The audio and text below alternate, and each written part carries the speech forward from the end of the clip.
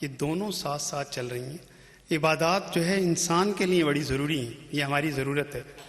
ہم نوافل پڑھتے ہیں، یہ ہمارے لیے ضروری ہے، یہ ہماری ضرورت ہے، یہ کسی اور کی ضرورت نہیں ہے۔ لیکن اللہ تعالیٰ نے انسان کو انسان کے لیے پیدا کیا ہے، اس کے اوپر حقوق ہیں، اور ان تمام حقوقوں کو ساتھ رکھتے ہوئے انسان نے اس زندگی کے اندر تمام معاملات کرنے۔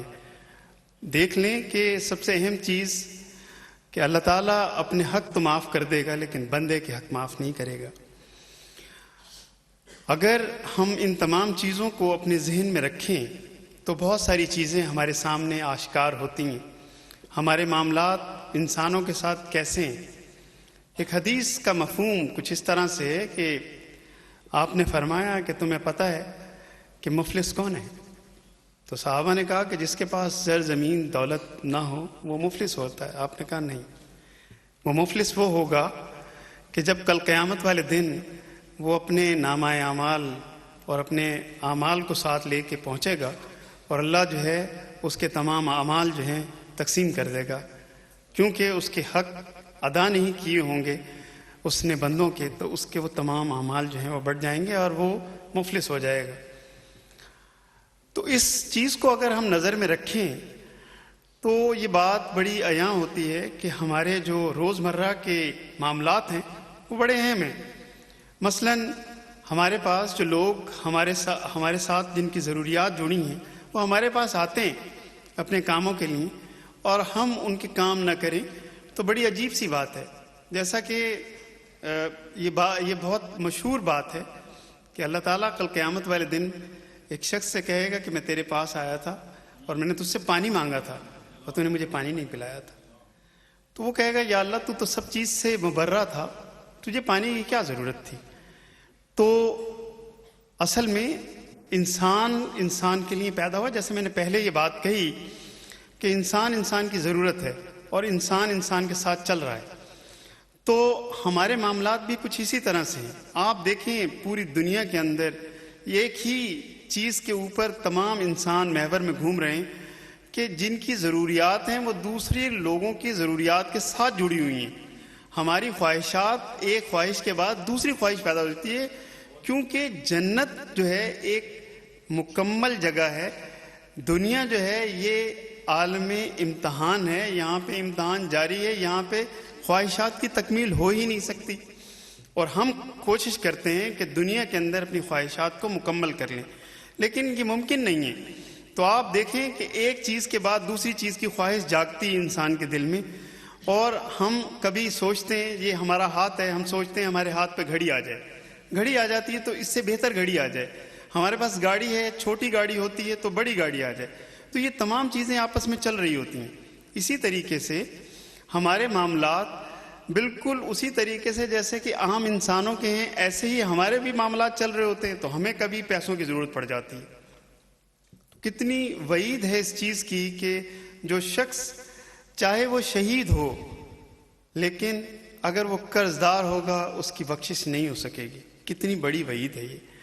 تو ہم اس چیز کو سمجھنے سے قاصر ہیں کہ ہمارے تعلقات لوگوں کے ساتھ کیسے ہونے چاہیے۔ ہمیں تو لوگوں کے لیے آسانی کا سامان پیدا کرنے والا بننا چاہیے، لیکن ہم ایسا کرتے نہیں ہیں۔ ہمارا معاملہ کیا ہے؟ آپ عدالتوں میں دیکھیں، آپ کسی بھی ریسٹورنٹ کے اوپر دیکھیں، کسی ہوٹل کے اوپر دیکھیں، لوگوں کے ساتھ معاملات کیا چل رہے ہیں، اور اللہ تعالیٰ کی رحمت جو ہے وہ کس طریقے سے گھیرے ہوئے انسان کو۔ ہم اس کی رحمت سے چل رہے ہیں، اس کے فضل سے چل رہے ہیں۔ یہ کیا اتنا بڑا فضل نہیں ہے کہ آپ اس محفل میں بیٹھیں اور رب کا بیان سن رہے ہیں؟ یہ کتنا بڑا فضل ہے اس کا۔ ہم اس چیز کو، اور فضل یہ نہیں ہے کہ صرف یہی فضل ہے، فضل اس کا وہ بھی ہے جو رزق اس نے عطا کیا ہے، وہ علم آپ کو عطا کیا ہے، وہ تمام آسائشیں آپ کو عطا کی ہیں۔ تو یہ اس کے فضل کے اندر تمام سمو دینے والی چیزیں ہیں جو ہمارے ساتھ ہیں۔ اب یہ کتنی عجیب بات ہے کہ یہ اس کا فضل ہے کہ انسان کی عمر جو ہے وہ 70 سے زیادہ ہو جائے، یہ اس کا فضل ہے۔ کیونکہ آپ یہ دیکھیں کہ جیسے جیسے عمر بڑھتی ہے ویسے ویسے انسان کے معاملات میں تبدیلی آتی ہے۔ میں نے یہ بات سنی تھی تو یہ گوش گزار آپ کی بھی کر دوں کہ جب انسان 40 کی دہلیز کراس کر کے 50 میں انٹر ہوتا ہے تو اللہ تعالیٰ جو ہے اس کے دل میں اپنی محبت پیدا کرنا شروع کر دیتا ہے۔ پھر جب وہ 60 کراس کرتا ہے تو لوگوں کے دل میں اس کی محبت پیدا ہونا شروع ہو جاتی ہے. 70 کراس کرتا ہے تو اس کے لیے کہہ دیا جاتا ہے کہ بس اب یہ جو کرتا ہے کرنے دیں، اس کے اعمال نہ لکھے جائیں. اور وہ جب 80 کراس کر لیتا ہے تو اللہ تعالیٰ کہتا ہے کہ اب اس کے اوپر میرا حق ہے. تو کتنی عجیب بات ہے کہ وہ بھی اپنے حقوق انسان کے ساتھ رکھتا ہے. وہ رب جس نے ہمارے نبی سے محبت کیا، اور اس محبت کو اس نے کس طرح سے اجاگر کیا کہ آپ یہ دیکھیں کہ تمام زحمتیں اٹھانے کے باوجود، تمام تکالیف اٹھانے کے باوجود فرشتے آیا کرتے تھے اور پوچھا کرتے تھے بتائیں ہم ان کے ساتھ کیا کریں، لیکن رحمت بھرے ہاتھ اٹھتے تھے اور کہتے تھے کہ نہیں، یہ میرے بارے میں جانتے نہیں ہیں. اگر یہ میرے بارے میں جان لیں تو پھر یہ خود اس چیز کے لیے قائل ہو جائیں گے کہ یہ جو کر رہے ہیں وہ نہ کریں گے. لیکن ہمارا معاملہ یہ ہے کہ ہمارے جو معاملات انسانوں کے ساتھ ہیں، ہم سمجھتے ہیں کہ صرف ہم ہی انسان ہیں اور سامنے والا انسان نہیں. میں نے جیسے ابھی بتایا کہ اگر کوئی شہید، کتنا بڑا مرتبہ ہے اس شہید کا، اگر وہ بھی قرض دار فوت ہو گیا تو اس کی بخشش نہیں ہے جب تک کہ وہ اپنا قرض ادا نہ کر دے. اسی طریقے سے میں نے سنا تھا کہ جب فیصلے ہو جائیں گے جنت و دوزخ کے، اور جنتی لوگوں کو کہا جائے گا کہ اب تم جنت کی طرف چلو، تو ایک مقام آئے گا جہاں پہ اللہ تعالیٰ مسلمانوں کو، جو جنتی لوگ ہیں، ان کو روک لے گا اور کہے گا کہ آج مسلمان ایمان والوں سے اپنا معاملہ کر لیں، کیونکہ اس کے بعد تو پھر جنت میں داخل ہو جائیں گے. تو وہاں پہ کچھ مفلس لوگ ایسے ہوں گے جو جنت سے جہنم کی طرف موڑ دیے جائیں گے. کہ کتنی بڑی یعنی دکھ کی بات ہوگی. ہم جائیدادیں ہم اکٹھی کرتے ہیں، ہم ان کا حق ادا نہیں کرتے. ہمارے جو بھائی بہن ہیں ان میں جائیدادوں میں سے ان کا حق ادا نہیں کرتے. کتنی وعید ہے کہ جہنم کی آخری گڑھے کے اندر جائیداد کو رکھ دیا جائے گا جس نے غصب کر لیا، اور پھر اللہ تعالیٰ کہے گا کہ جاؤ اس کا حق اس کو ادا کرو. تو وہ شخص کہے گا جس سے یہ معاملہ ہو رہا ہوگا کہ یا اللہ یہاں تو وہ جائیداد نہیں ہے. تو اللہ کہے گا وہ جائیداد وہاں پہ جہنم کے آخری گڑھے میں پڑی، اٹھا کے لے کے آؤ.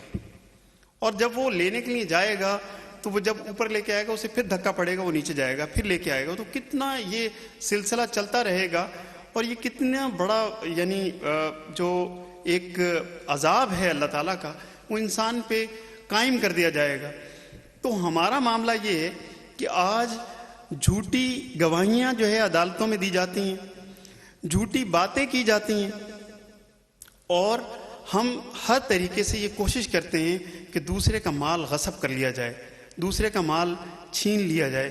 اور دوسروں کو تکلیف میں دیکھ کر ہمیں کتنی خوشی ہوتی ہے، جبکہ رحمت للعالمین جو ہیں وہ یہاں تک کہتے ہیں کہ جانور کو اگر آپ نے ذبح کرنا ہے تو دوسرے جانور کے سامنے نہیں ہونا چاہیے، چھری اتنی تیز ہونی چاہیے کہ جانور کو تکلیف نہ پہنچے اور وہ ذبح ہو جائے. تو کتنی چیزیں جو ہیں ہمارے نبی نے ہمیں بتائیں.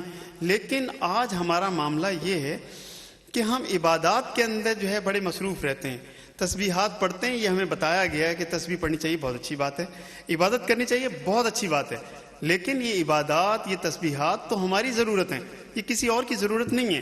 انسان کا معاملات کو سکھانا چاہیے. اخلاق اور ادب یہ دو ایسی چیزیں ہیں جو ہمارے اندر سے اٹھا دی گئی ہیں. ہمیں پتہ ہی نہیں ہے کہ ادب کیا ہے اور اخلاق کیا ہے. دیکھیں، ادب جو ہے وہ اپنی جگہ پہ ملحوظ خاطر ہے. ادب یہ ہے کہ گلاس کی مقام وہ ٹیبل ہے جس کے اوپر اس کو رکھنا ہے، لیکن اگر آپ اسے اٹھا کے بستر پہ رکھ دیتے ہیں تو یہ ایک بہت بڑا ظلم ہے. یہ ادب نہیں ہے، اخلاقیات سے باہر کی بات ہے. ہم زندگی کے اندر کتنے چھوٹے چھوٹے کام ہیں جن کو ہم کرتے ہیں اور لطف اندوز ہوتے ہیں. مثلاً آپ ہاسپٹل کے اندر دیکھیں، لوگ جاتے ہیں، گاڑیاں کھڑی کرتے ہیں اور اس کے پیچھے کوئی آدمی موٹر سائیکل لگا کے چلا جاتا ہے. اب نہیں معلوم کہ وہ آدمی جس نے گاڑی کھڑی کی تھی وہ کتنی ایمرجنسی میں ہوگا، وہ اس کے ساتھ کیا پرابلم ہوگا. لیکن وہ موٹر سائیکل کھڑا کرنے والا موٹر سائیکل کھڑا کر گیا، یا کار کھڑے کرنے والے نے موٹر سائیکل کو کاروں کے درمیان میں بند کر دیا. تو یہ کتنا بڑا ظلم ہے کہ آپ ایک نہیں دو ظلم کرتے ہیں، اور اس کے بعد پھر ہم کہتے ہیں کہ ہماری دعائیں قبول نہیں ہو رہی. تو سب سے پہلی بات یہ ہے کہ جو اللہ کے احکامات ہیں آپ ان پہ عمل کرنا شروع کر دیں، آپ کی دعائیں قبول ہونا شروع ہو جائیں گی. لیکن یہاں پہ معاملہ یہ ہے کہ پہلے ظلم کرتے ہیں، جھوٹ بولتے ہیں اور اس کے بعد کہتے ہیں ہماری دعائیں قبول نہیں ہوتی. وہ دعائیں تو سب کی سنتا ہے, وہ اس کی بھی سنتا ہے جو جھوٹ بولتا ہے. آپ دیکھیں کتنی عجیب بات ہے کہ ڈاکو ڈاکہ ڈالنے سے پہلے دعا مانگ کے جاتا ہے, یا اللہ مینوں کامیاب کر دے, اور ڈاکہ ڈالنے کے لیے جا رہا ہے, وہ اس کی دعا بھی سن رہا ہے. لیکن مسئلہ سب سے بڑا یہ ہے کہ اس کا جو اس کی نیت ہے بیسیکلی اس کا پھل اس کو مل رہا ہوتا ہے. اور یہ ضروری نہیں ہے کہ آپ فوری طور پہ اس کو دیکھیں گے کہ سزا مل گئی, ایسا نہیں ہے. کبھی ایسا بھی ہوتا ہے کہ وہ یہ سارا کام کر لے لیکن اس کے بعد جو اس کو سزا ملتی ہے. تو اسی لیے کہا جاتا ہے کہ چور کو کھاتے ہوئے نہ دیکھو, مار کھاتے ہوئے دیکھو, عبرت حاصل ہوتی ہے. ہمارا معاملہ یہ ہے کہ ہم لوگوں کو ستا کے, ان کو تکلیف دے کے بڑی خوشی ہوتی ہے. مطلب ہم آفس میں بیٹھیں اور کوئی آ جائے تو ہم کہتے ہیں یار اس سے ملنا نہیں, آج اس سے نہیں ملنا, چاہے اس کا کتنا ہی امپورٹنٹ کام ہمارے سامنے ہو, لیکن ہم اس سے ملنا نہیں چاہتے. لیکن آپ یہ دیکھیں کل قیامت والے دن اگر رب نے کہہ دیا کہ میں تم سے نہیں ملنا چاہتا تو پھر کیا ہوگا؟ اس کے بارے میں اگر سوچیں تو رونگٹے کھڑے ہو جاتے ہیں. کہ وہ کہتا ہے, وہ سورہ یاسین کے اندر اللہ تعالیٰ فرماتا ہے نا کہ سلام قولا من رب رحیم وامتاز الیوم ایھا المجرمون, آج تم علیحدہ ہو جاؤ اے مجرموں.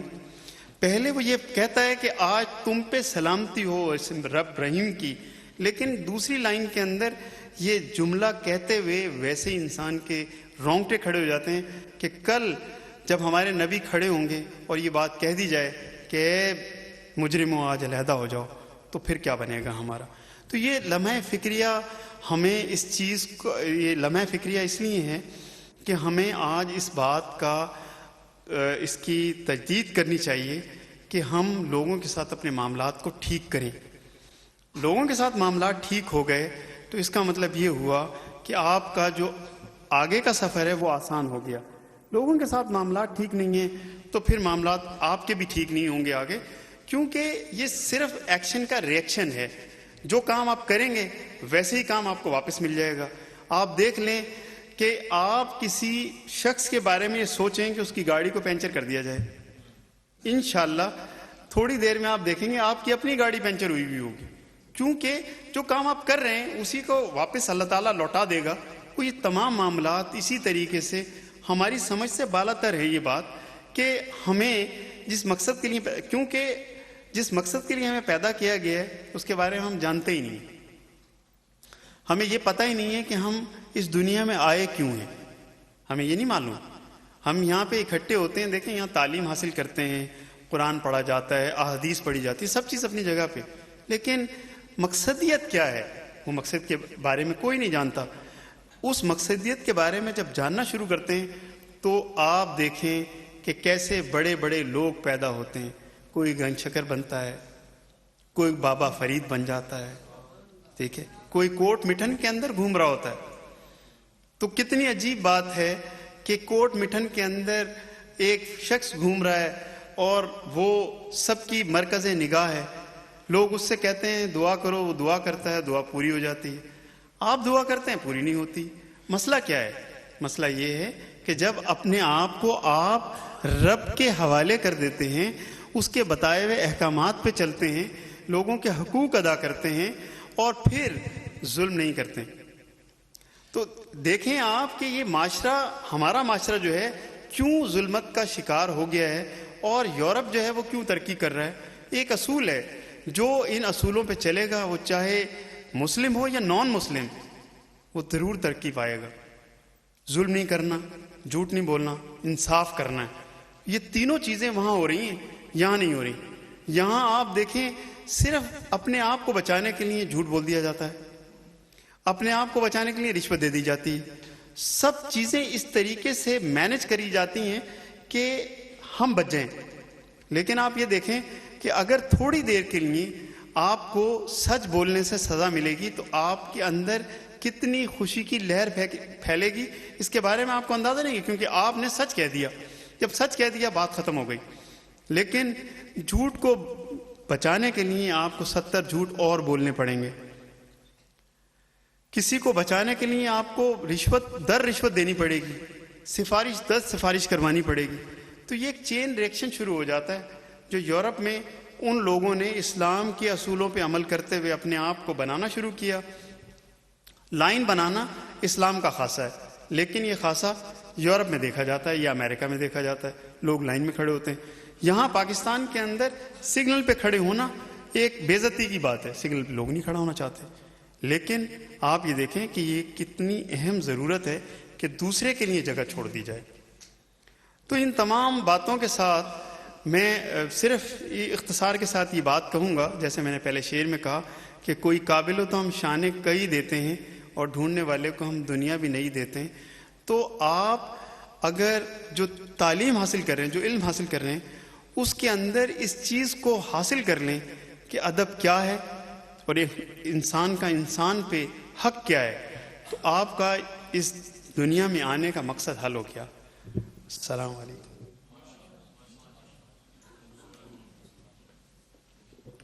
لقد كان لكم في رسول الله أسوة حسنة آمنت بالله صدق الله العظيم إن الله وملائكته يصلون على النبي يا أيها الذين آمنوا صلوا عليه وسلموا تسليما اللهم صل على سيدنا ومولانا محمد وعلى آل سيدنا الصلاة والسلام عليك يا سيدي يا رسول الله وعلى آلك وأصحابك يا سيدي يا حبيب الله. معزز سامعین و حاضرین، ہم اپنی زندگی میں کسی بھی پہلو پہ غور کریں کہ ہم نے اپنی زندگی کو کیسے گزارنا ہے، چاہے عبادات کا معاملہ ہو یا معاملات کا معاملہ ہو، کسی بھی طریقے کے ساتھ ہم دیکھنا چاہیں تو ہماری رہنمائی کے لیے اللہ رب العزت نے لا ریب کتاب کا ایک خوبصورت 30 پاروں کا ایک ایسا تشکیل دے کے اپنا کلام اتارا ہے کہ جو میری اور آپ کی رہنمائی بھی کر سکتا ہے. اور اس کے ساتھ اگر آپ نے دیکھنا ہو کہ قرآن مجید کی ایک ایک آیت پہ کس نے عمل کیا ہے تو یقیناً وہ واحد ہستی امام حسن اور حسین کے نانا جناب محمد الرسول اللہ صلی اللہ علیہ وآلہ وسلم کی عالی ذات ہے. آج میں اور آپ ایک بڑے خوبصورت موضوع کے ساتھ اس جگہ اکٹھے ہیں. حضرات ذی وقار، اگر ہم معاملات میں دیکھنا چاہیں کہ ایک باپ اپنے بیٹے کے ساتھ محبت کیسے کرتا ہے تو وہ بھی ہمیں حضور نبی کریم صلی اللہ علیہ وآلہ وسلم کی سیرت سے مل جائے گا. اگر ہم نے یہ دیکھنا ہو کہ ایک لیڈر اور قائد کیسا ہونا چاہیے، میں نے کہا 2 چیزیں ہیں، ایک تو اللہ کی لا ریب کتاب ہے اور دوسرا میرے رب کا بھیجا ہوا لا ریب رسول جناب محمد الرسول اللہ ہیں. وہاں آپ دیکھیں تو قرآن مجید ہمیں بتاتا ہے کہ لیڈر کو کیا کرنا چاہیے، یہاں آپ نے کر کے دکھایا ہے. وہاں قرآن مجید مجھے اور آپ کو بتاتا ہے کہ والدین کا ادب کیسے کرنا ہے، یہاں میرے اور آپ کے آقا نے کر کے دکھایا ہے. وہاں قرآن مجید ارشاد فرماتا ہے کہ بندے غم میں کیسے زندگی گزارنی ہے، یہاں آپ نے غم میں صبر کر کے دکھایا ہے. وہاں قرآن مجید ارشاد فرماتا ہے کہ خوشی میں مسرت کا اظہار کیسے کرنا ہے، یہاں میرے اور آپ کے آقا دو جہان صلی اللہ علیہ وآلہ وسلم نے فتح مکہ کے دن اپنی گردن کو جھکا کے دکھایا ہے. آپ کسی بھی نیت کے ساتھ اپنی زندگی کو گزارنا چاہیں، ایک استاد چاہے کہ ہم نے کیا کرنا ہے تو قرآن مجید اس کے اسلوب بھی بتاتا ہے. میرے آقا نے اصحاب کے درمیان بیٹھ کے ایک بہترین استاد ہونے کا طریقہ بھی سکھایا ہے. ہم اور آپ اگر اپنی ازواجی زندگی کو شروع کرنا چاہیں تو قرآن یہ بتاتا ہے کہ اپنی زوجہ کے ساتھ کیسا عمل رکھنا ہے. میرے اور آپ کے نبی نے اپنے ازواج کے ساتھ وہ کر کے دکھایا ہے کہ یوں کرنا چاہیے.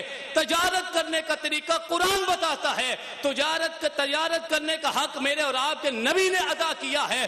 الغرض، آپ دنیا کے کسی کونے میں، کسی جگہ پہ، کسی بھی مسلک کسی بھی فکر میں بیٹھے ہو, کسی بھی مذہب میں بیٹھے ہو, آپ چاہیں کہ میں نے زندگی گزارنی ہے تو آپ قرآن مجید کو کھولیں گے, کھولنے کے بعد سمجھ نہ آئے کیسے گزارنا ہے تو فرمایا آؤ مصطفیٰ کی دہلیز پہ آ جاؤ, مصطفیٰ کے قدموں کو بوسہ کاپنی بنا لو, آپ کے قدموں کو چومنا تیرا کام ہے, دنیا اور آخرت کی عزت عطا فرمانا رب العالمین کا کام ہے. حضرات ذی وقار, تو ہم کسی بھی, میں چاہوں کہ میں نے ایک اچھا باپ بننا ہے تو ہمیں کسی اور باپ کو دیکھنے کی ضرورت نہیں, زہرا کے بابا کو دیکھنے کی ضرورت ہے. میں چاہوں کہ میں نے ایک بہترین لیڈر بننا ہے تو بتاؤ تو صحیح, جنگ بدر, احد, خندق, خیبر میں کس نے فتح کیا ہے؟ فتح مکہ کے میدان کو کس نے سجایا ہے؟ پوری امت کو ایک دو سے شروع ہونے والوں سے لے کے 1,24,000 کا مجمع کس نے سجایا ہے؟ تو وہ واحد لیڈر جو تجھے زمین و آسمان میں نظر آئے گا اس ہستی کو جناب محمد رسول اللہ کہتے ہیں. آپ چاہیں کہ معاملات کو کیسے بہتر کرنا ہے, غلاموں کو کیسے سینے سے لگایا جاتا ہے, تو آؤ بلال حبشی سے ذرا پوچھو, حبشہ سے آئے ہوئے غلام کو کعبہ کی چھت پہ کس نے سوار کیا ہے اور کس نے یہ بتایا ہے اے بلال میرے سے پہلے بھی رب تجھے جنت میں داخل فرما دے گا؟ یہ تحفہ کس نے عطا فرمایا ہے؟ حضرت ذی وقار, اگر معاملات سے ہٹ کے آپ چاہیں کہ ہم نے عبادات میں دیکھنا ہے تو عبادات میں آپ سے بڑا آئیڈیل ہمارا کون سا ہو سکتا ہے کہ سورۃ مزمل کو رب کو نازل کرنا پڑا, فرمایا قم اللیل الا قلیلا, تھوڑی سی کم کر لیں, نصفہ او انقص منہ الا قلیلا. اے مصطفیٰ آپ جب اٹھے, جب ہاتھ اٹھائیں گے آپ کا ہر لمحہ پہلے سے رب کی بارگاہ میں زیادہ مقبول اور منظور ہوتا جائے گا. تو حضرت ذی وقار اب کسی بھی پہلو کو دیکھیں, اب میری آنکھوں کے سامنے سورۃ انعام کی 2 آیات ہیں, اختصار کے ساتھ وہ عرض کر کے بات کو ختم کرنا چاہوں گا. میں نے کہا 2 چیزیں, صرف حضور نبی کریم صلی اللہ علیہ وآلہ وسلم کی سیرت کو پڑھیں گے تو شاید ہم کامیاب نہ ہو سکیں, صرف قرآن مجید کو پڑھیں تو شاید پھر بھی کامیاب نہ ہو سکے. قرآن اور مصطفیٰ کو جب ملا کے پڑھیں گے پھر رب دنیا اور آخرت کی ساری عزت عطا فرما دے گا. جو قرآن مجید نے بتایا, بلکہ میں ایسے کرتا ہوں اور میں اپنے جملے کا ذمہ دار ہوں, دوبارہ میں کہہ رہا ہوں, ایسے کرتے ہیں جو حضور نے کیا رب نے ویسے ویسے قرآن کا نزول فرما دیا ہے. تو حضرت ذی وقار سورۃ انعام میں میرے رب نے ارشاد فرمایا قل تعالوا اتل ما حرم ربکم علیکم الا تشرکوا به شیئا وبالوالدین احسانا. یہ 2 اتنی جامع آیات ہیں, اختصار کے ساتھ آپ کے سامنے عرض کروں گا لیکن آیات بہت جامع ہیں. ان دونوں آیات میں اللہ رب العزت نے معاملات کا بھی بتایا اور عبادات کا طریقہ بھی بتایا ہے. عبادت کیا ہے؟ فرمایا عبادت یہ ہے اللہ تشرکو, میرے ساتھ کسی کو شریک نہیں ٹھہرانا. بتائیں پوری کائنات میں جتنے بھی انبیاء ہیں سب نے مصائب اٹھائے ہیں, تکلیفیں اٹھائی ہیں, لیکن کہیں نہ کہیں دامن صبر کا چھوٹ جایا کرتا تھا, لیکن زہرا کے بابا نے کبھی بھی دامن کو چھوڑا نہیں, ہمیشہ فرمایا اللہ تشرکو, رب کے ساتھ کسی کو شریک نہیں ٹھہرانا. پھر دنیا کا پہلا مسلمان ہو یا آپ آخری سانس جب گزار رہے تھے ظاہری طور پہ جب بھی آپ دیکھیں گے تو اسی درس کو بلند کیا, فرمایا کتنا رب قدرت رکھتا ہے اور اس کے ساتھ شریک نہیں ٹھہرانا. قل ارأیتم ان جعل اللہ علیکم اللیل سرمدا الی یوم القیامہ, یہ ساری آیات آپ نے پڑھ کے ہمیں بتائی. فرمایا یہ رب کے پاس قدرت ہے, چاہے تو تیرے اوپر رات کو مسلط کر دے, تو کیا تیرے پاس کوئی ایسا ہے جو دن کی روشنی تمہیں لا کے دے سکے؟ دوسری آیت میں فرمایا اگر دن کی روشنی مسلط کر دے, کوئی ایسا ہے جو رات کا وہ اندھیرا, وہ رات کا پرسکون لمحہ تمہیں لا کے دے سکے؟ فرمایا یہ واحد جس کے پاس طاقتیں ہیں, جو مردے کو زندہ بھی کر سکتا ہے, جو پرندے کو دنیا اور آخرت کی ساری عزتیں بھی دیتا ہے, جو ایک غلیظ نطفے سے تخلیق پانے والے انسان کو لقد خلقنا الانسان فی احسن تقویم کے ڈھانچے میں بھی ڈال دیتا ہے. فرمایا یہ کون کر سکتا ہے؟ فرمایا یہ رب کا رسول سیدہ زہرا کے بابا تجھے بتا رہے ہیں, یہ ساری قدرتیں جس کے پاس ہے اللہ تشرکو, اس کے ساتھ کبھی کسی کو شریک نہیں ٹھہرانا. حضرت ذی وقار, اس طرح کس نے ڈھٹ کے رب کی توحید کا اعلان کیا ہے؟ واحد میرے اور آپ کے کریم نبی ہیں. فرمایا بالوالدین احسانا, حضور نبی کریم صلی اللہ علیہ وآلہ وسلم کے صحابہ جلوہ گر ہیں. حضور نے ارشاد فرمایا میری کالی کملی کو بچھایا جائے. ایک بوڑھی آئی, بٹھایا, چلے گئے. مشہور زمانہ واقعہ آپ نے سارا سنا ہے. ایک جملہ صرف یہاں سے عرض کرنا چاہتا ہوں. آپ نے فرمایا تو صحابہ نے بچھا دی. صحابہ نے کہ یا رسول اللہ بوڑھیوں کو تو ہم پاس نہیں بٹھاتے. فرمایا پہلے نہیں تھے بتاتے, اب سیدہ زہرا کے بابا جلوہ گر ہو گئے ہیں, اب ہر بوڑھے اور بوڑھی کو عزت عطا فرمائی جائے گی. آپ نے فرمایا تجھے نہیں پتا یہ کون آئی ہے؟ یہ میری رضائی ماں حلیمہ سعدیہ جلوہ گر ہوئی تھی. حضرات ذی وقار, اس لیے میں آپ کے سامنے کہہ رہا ہوں اگر عبادت میں آئیں گے اللہ تشرکو, بتایا کہ کس طرح رب کے ساتھ کسی کو شریک نہیں ٹھہرانا. والدین کے ادب کی باری آئی تو آپ نے بتایا کہ کیسے والدین کا ادب کرنا ہے. پھر قرآن مجید ارشاد فرماتا ہے وَلَا تَقْتُلُوا أَوْلَادَكُمْ مِنْ إِمْلَاقٍ, اپنی اولاد کو مال کی وجہ سے قتل نہ کرو. نَحْنُ نَرْزُقُهُمْ وَإِيَّاهُمْ, یہ تیرا رب تجھے اگر دے سکتا تیری اولاد کو بھی دے سکتا ہے. میرے اور آپ کے کریم نبی کے آنے سے پہلے اپنے ہاتھوں کے ساتھ کیسے بیٹیوں کو دفن کیا جاتا تھا وہ سارا منظر آپ نے سنا اور پڑھا ہوا ہے. میرے اور آپ کے آقا نے آنے کے بعد دھیا قلبی سمیت سب کو بٹھا کے بتایا کہ آج کے بعد اس بیٹی کو دفن نہیں کرنا, اس بیٹے کو تکلیف نہیں دینی. یہ تو رب کی بارگاہ سے تیرے گھر کے اندر نعمت اور رحمت بن کے جلوہ گر ہوئے ہیں. پھر میرے اور آپ کے رب نے ارشاد فرمایا وَلَا تَقْرَبُوا مَالَ الْيَتِيمِ إِلَّا بِالَّتِي هِيَ أَحْسَنُ حَتَّى يَبْلُغَ أَشُدَّهُ. فرمایا یتیم کا حق ادا کرنا ہے. معاملات ہیں. پھر میرے اور آپ کے نبی کریم صلی اللہ علیہ وآلہ وسلم نے معاملات کر کے دکھائے ہیں. آپ نے ارشاد فرمایا سامنے سے اگر کوئی یتیم آ رہا ہو اپنی جیب کے اندر ہاتھ ڈالنا, کچھ نکال کے دینا. یا رسول اللہ جیب میں کچھ نہ ہو تو پھر فرمایا جب یتیم قریب آئے اس کے سر پہ اپنے ہاتھ کو محبت کے ساتھ پھیر دینا. یا رسول اللہ پھیر دیا پھر کیا ہوگا؟ فرمایا اس کے سر پہ جتنے بال ہوں گے رب اتنے تیرے گناہوں کو معاف فرما دے گا. یہ قرآن مجید نے بتایا ہے کہ یتیم کا حق ادا کرنا, یتیم کا حق ادا کرنا ہے. اور میرے اور آپ کے نبی نے کر کے دکھایا ہے, بتایا ہے کہ اس طرح یتیم کا حق ادا کرنا ہے. اور آخری ایک بات اور اپنے موضوع کو ختم کرنے کی کوشش کروں گا. فرمایا وَأَوْفُوا الْكَيْلَ وَالْمِيزَانَ بِالْقِسْطِ, فرمایا ناپ تول میں کمی نہیں کرنی, ناپ تول میں کمی نہیں کرنی. تو جائیں سیدہ خدیجہ الکبریٰ سے پوچھئے گا آپ کا کیوں دل چاہا کہ میں حضور کے نکاح میں آ جاؤں.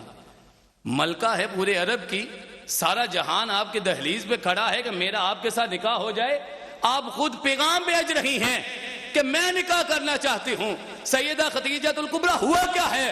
فرمایا ہونا کیا تھا جب غلام گھر آیا میں نے پوچھا ہمارے ساتھ سردار گیا تھا اس کے معاملات کیسے تھے, وہ کیسے تنہائی مٹتا تھا, وہ کیسے بولتا تھا, اس کا کردار کیسا تھا, اس کا اخلاق کیسا تھا, اس کی سیرت کیسی تھی. اس نے ایک جملے میں ساری سیرت کو باندھ کے رکھ دیا. کہا اے مائی, اے میری سردار, اے میری سلطنت کی بادشاہ, ساری دنیا کے لوگوں سے میں ملا ہوں لیکن میں یہ گواہی دیتا ہوں اتنا سچا, امانتدار, صادق میں نے آج تک دیکھا ہی نہیں. اور میری آنکھیں یہ گواہی دیتی ہیں قیامت تک اتنا صادق اور امین میں کبھی دیکھ ہی نہیں سکتا. تو حضرات ذی وقار یہ دل پہ کردار اثر کرتا ہے, یہی وہ کردار ہے کہ جس پہ میں اور آپ عمل کریں تو دنیا اور آخرت کی ساری عزتیں رب عطا فرما سکتا ہے. وما علینا الا البلاغ.